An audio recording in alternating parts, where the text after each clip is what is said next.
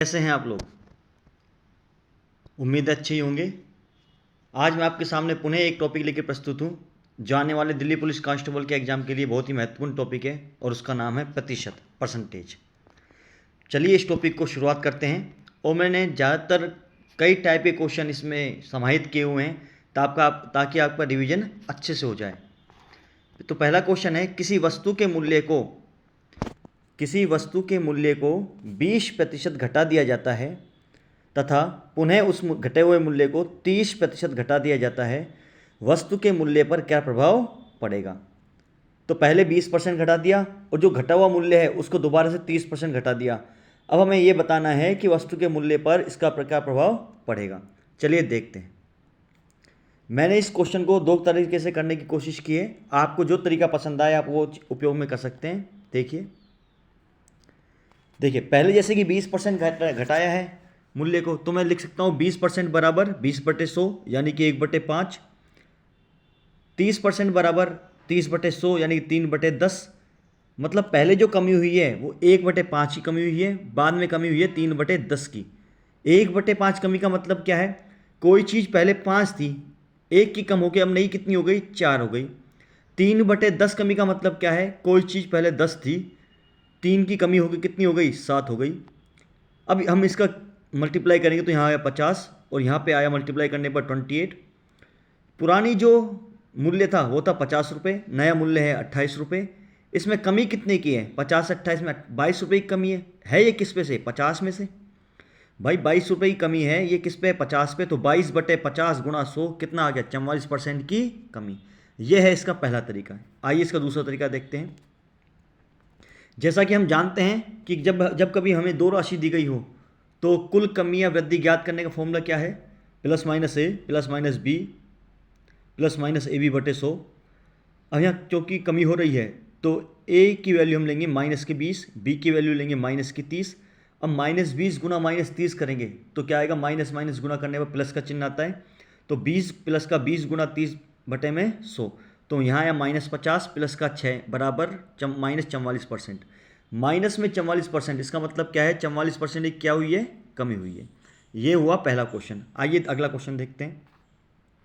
देखिए अगला क्वेश्चन है, एक आदमी अपनी आय का 45% मकान पर, 15% शिक्षा पर व 20% अन्य मदों पर खर्च करता है। 20% अन्य मदों पर खर्च करता है। 45% मकान पर, 15% शिक्षा पर व 20% अन्य मदों पर खर्च करता है। यदि उसके पास 75 रुपये बच जाते हैं तो उसकी आय ज्ञात करो। ये बहुत ईजी क्वेश्चन है। देखते हैं इस क्वेश्चन कैसे करते हैं। देखिए मैं मानता हूँ उसकी आय कितनी है? उसकी आय है 100%, 100 रुपये उसकी आय है। उसने 45% खर्च कर दिया मकान में, शिक्षा में 15%, 20% है उसके अन्य खर्च। अब 100 में से कितने परसेंट उसके पास बचे? देखिए 45 + 15 + 20 ये हो गए आपके पास कितने? 80%। अब उसके बाद कितने बचे होंगे? 20%। और इस 20% की वैल्यू कितनी दे रखी है आपको? 20% की वैल्यू दे रखी है 75। हमें निकालनी है 100% की वैल्यू। तो 100% की कितनी आ जाएगी? 75/20 गुणा 100 यानी कि 375 रुपये उसकी आय थी। आइए चलते हैं अगले क्वेश्चन पर। देखिए अगला क्वेश्चन आपके सामने है, एक परीक्षा में 36% विद्यार्थी हिंदी में, 47% विद्यार्थी इंग्लिश में अनुत्तीर्ण हुए। यदि दोनों में 22% विद्यार्थी अनुत्तीर्ण रहे तो दोनों विषय में उत्तीर्ण होने वाले छात्रों का प्रतिशत ज्ञात करो। ये बहुत ही बढ़िया क्वेश्चन है भाई। इसमें बताया गया है कि 36% विद्यार्थी जो अनुत्तीर्ण हुए हैं यानी कि फेल हुए हैं वो हिंदी में हुए हैं, इंग्लिश में हुए हैं 47% विद्यार्थी अनुत्तीर्ण, ठीक है, और 22% हुए हैं दोनों में। जब कभी भी दो विषय आ जाएं और उनके बीच में संबंध ऐसा है कि दोनों में पास हो रहे हो या फेल हो रहे हो तो हम इस प्रकार का वेन डायग्राम बनाते हैं। ये बीच वाली जो संख्या है ये दोनों में उपस्थित होती है, ठीक है। अब चूंकि 36% हिंदी में है और 22% दोनों में है, मैं आपसे एक क्वेश्चन पूछता हूँ कि केवल हिंदी में पास होने वाले कितने हैं? तो हम सीधे सीधे जवाब दे सकते हैं कि 36 में से 22 घटा दो, कितने आ गए? 14%। अब मैं आपसे पूछता हूँ केवल इंग्लिश में पास होने वाले कितने हैं? तो आप 47 में से 22 घटा दीजिए, आ गया केवल 25%। तो कुल कितने छात्र फेल हो गए? 14 + 22 + 25, ये आपके आ गए 61।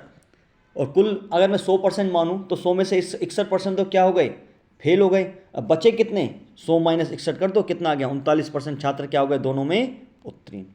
उम्मीद है आपको ये सवाल समझ में आ गया होगा। अगला क्वेश्चन करते हैं। एक विद्यार्थी ने 29% अंक प्राप्त करते हुए 6 अंकों से फेल हो गया। एक अन्य विद्यार्थी को 43% अंक प्राप्त हुए जो कि उत्तीर्ण होने के लिए न्यूनतम अंक से 8 अधिक है, तो परीक्षा का कुल पूर्णांक ज्ञात करो। ये बहुत ही बढ़िया क्वेश्चन है। देखिए, अगर उस विद्यार्थी के जो कि फेल हुआ है उसके 29% अंक आए हैं, अगर 6 अंक और आ जाते तो क्या हो जाता, पास हो जाता। अगर जिस विद्यार्थी जो पास हुआ है उसके 43% अंक आए हैं, अगर उसके 8 नंबर कम आते तो भी वो जस्ट पास होता।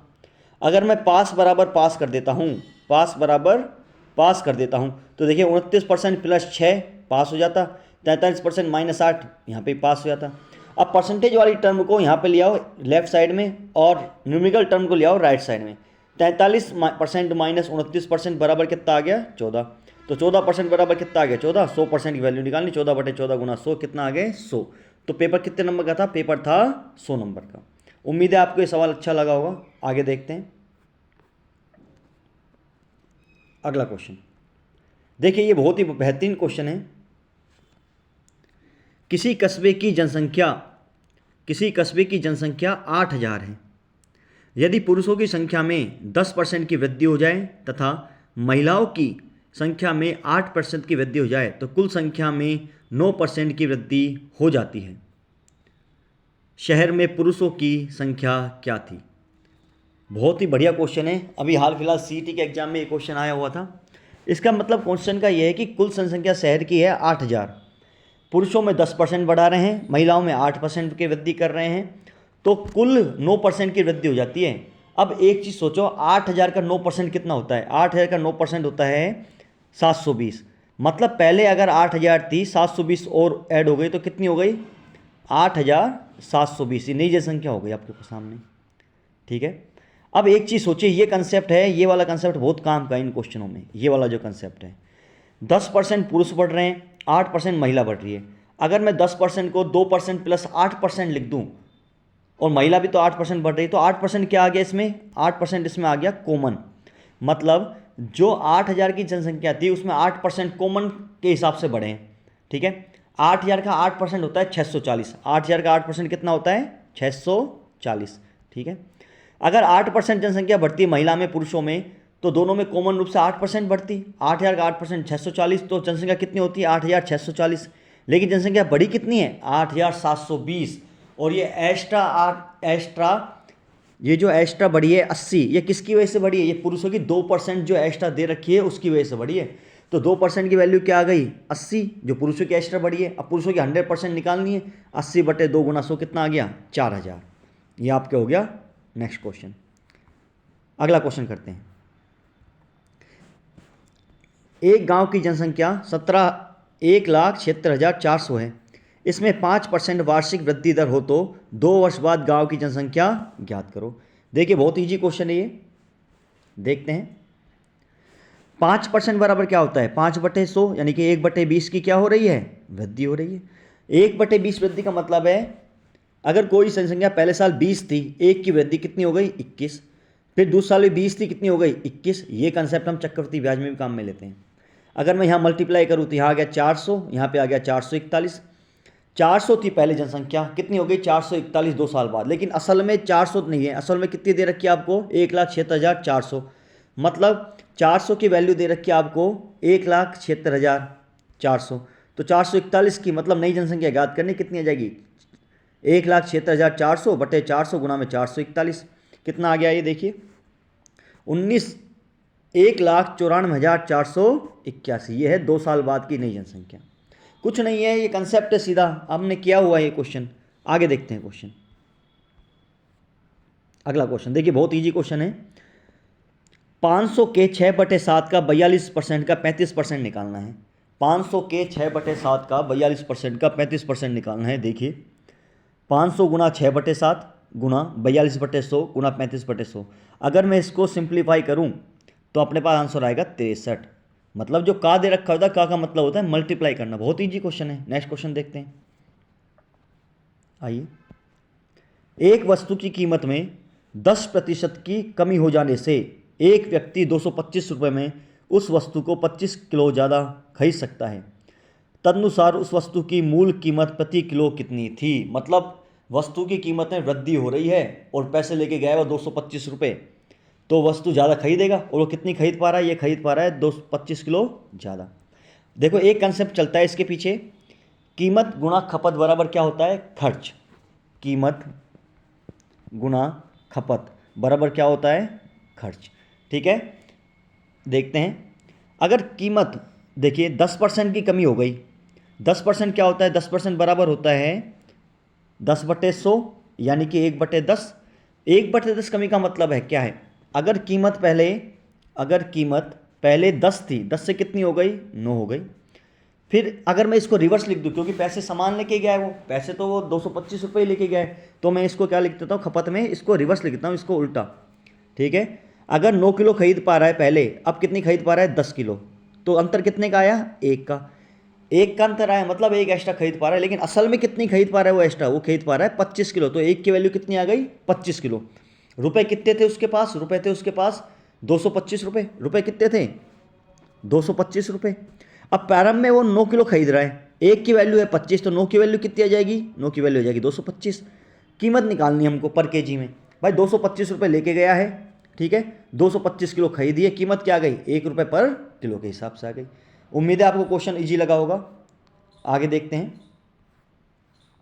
देखिए नेक्स्ट क्वेश्चन, किसी वस्तु के भाव में 20% की वृद्धि होने पर उस वस्तु की खपत कितने % कम की जाए कि खर्च ना बढ़े। ये भी वही खर्च और खपत का क्वेश्चन है। 20% क्या कर रहे हैं? वृद्धि कर रहे हैं। 20% बराबर 20/100, यानी कि 1/5 वृद्धि। 1/5 वृद्धि का मतलब है कोई चीज़ पहले 5 थी, 5 से कितनी हो गई? 6 हो गई। अब हमें वस्तु की खपत में कमी करनी है, तो मतलब उल्टा चलना है, 6 से 5 लाना है। 6 से 5 में क्या करूँ? माइनस का 1, अंतर कितने का? 1 का। कितने से? 6 से। गुणा में 100 कर दो, तो 16 से ही 2/3% की क्या करनी पड़ेगी हमको? खपत में कमी करनी पड़ेगी, क्योंकि कीमत में क्या हो गई? वृद्धि हो गई। अगला क्वेश्चन देखते हैं। देखिए,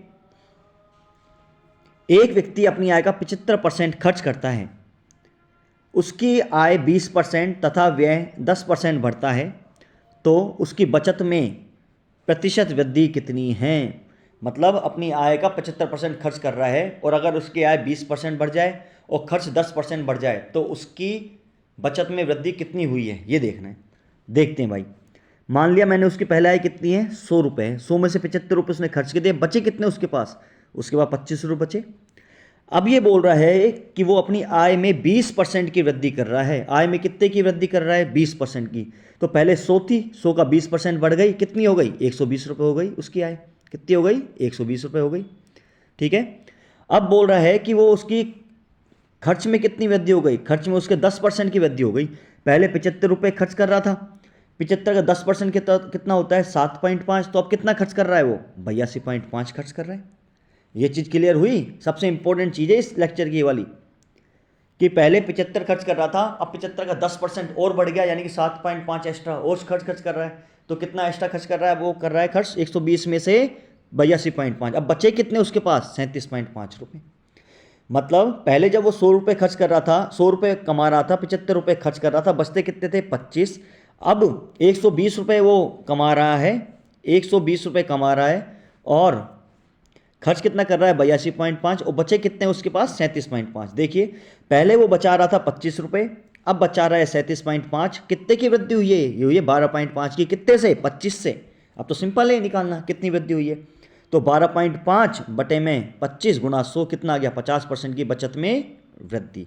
उम्मीद है आपको ये क्वेश्चन समझ में आया होगा। अगला क्वेश्चन देखते हैं। देखिए भाई, देखते हैं। एक चुनाव में 2 उम्मीदवारों को कुल 9,000 मत मिले हैं। इनमें से 15% मत अवैध घोषित कर दिए। इनमें से एक उम्मीदवार को वैध मतों का 52% मिला है, तो दूसरे उम्मीदवार को कितने वैध मत मिले। क्वेश्चन दोबारा रिपीट कर रहा हूँ। एक चुनाव में 2 उम्मीदवार हैं, कुल कितने वोट मिले? 9,000 वोट मिले। इनमें से 15% क्या है अवैध, तो 85% क्या हो गए वैध। अब जीत हार का फैसला हमेशा वैध मतों से होता है, ठीक है। और एक को मिले हैं 52%, तो दूसरों को कितने मिले होंगे 48%। बहुत ईजी क्वेश्चन है करने के लिए। देखते हैं, देखिए 9000 कुल मतें, 85% क्या हो गया इसका वैध मत, 9000 का 85%। अब दूसरे को, एक को जब 52% मिले, दूसरे को कितने मिलेंगे 48%। निकालिए 9000 गुना 85/100 गुना 48/100, ये कितना आ गया 24 गुना 17 गुना 9, यानी कि 3672 मत। बहुत ईजी क्वेश्चन है। नेक्स्ट क्वेश्चन देखते हैं। देखिए ये बहुत इंपॉर्टेंट क्वेश्चन है।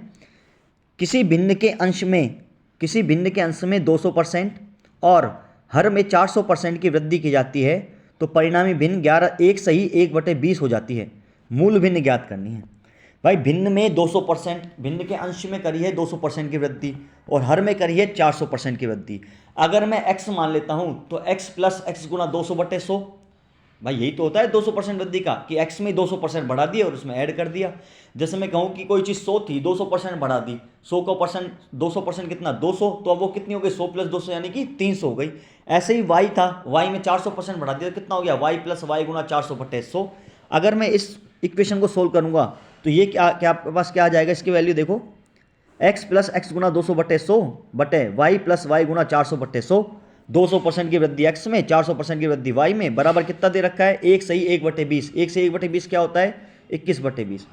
अगर मैं इसको सोल्व करूं तो इससे आएगा 3x/5y बराबर 21/20। तो x/y क्या आ गया 7/4, और ये भिन्न में क्या जाएगा एक सही 3/4। हो गया सॉल्व ये क्वेश्चन। अगला क्वेश्चन देखते हैं। एक विद्यालय में गणित, भौतिकी और कंप्यूटर साइंस की कक्षा सीटें 7:8:9 के अनुपात में हैं। इन सीटों में क्रमशः 60%, 50% व 70% की वृद्धि किए जाने का प्रस्ताव है। बढ़ाई गई सीटों का अनुपात क्या होगा। यह भी अच्छा क्वेश्चन है। देखिए गणित में और भौतिकी में और कंप्यूटर साइंस में एट प्रेजेंट जो दे रखा है, कितनी सीटों का अनुपात है 7:8:9। भाई इसको अगर हम वैसे करेंगे बढ़ा के तो एक पॉइंटों में कहेगा आएगा, तो आप 7:8:9 को 70:80:90 लिख सकते हैं। 0 0 बढ़ा सकते हैं, कोई दिक्कत नहीं है। इससे क्या है चीज़ें आसान हो जाएगी। अब 70 का 60% कितना होता है 42 होता है। अब 70 थी, 70 से 42 और जोड़ दो कितनी हो गई 112। 80 का 50% कितना होता है 40, 80 में 40 जोड़ दो अब कितनी हो गई सीट 120। 90 का 70% कितना होता है 63, अब 90 में 63 जोड़ दो कितना हो गया 153। तो अनुपात क्या आ गया 112:120:153। ये लेक्चर आपके दिल्ली पुलिस कांस्टेबल की परीक्षा में बहुत मदद करेगा, ठीक है। अगर आपको ये लेक्चर अच्छा लगा हो तो इस चैनल को लाइक कीजिए, शेयर कीजिए और सब्सक्राइब कीजिए। तब तक के लिए धन्यवाद।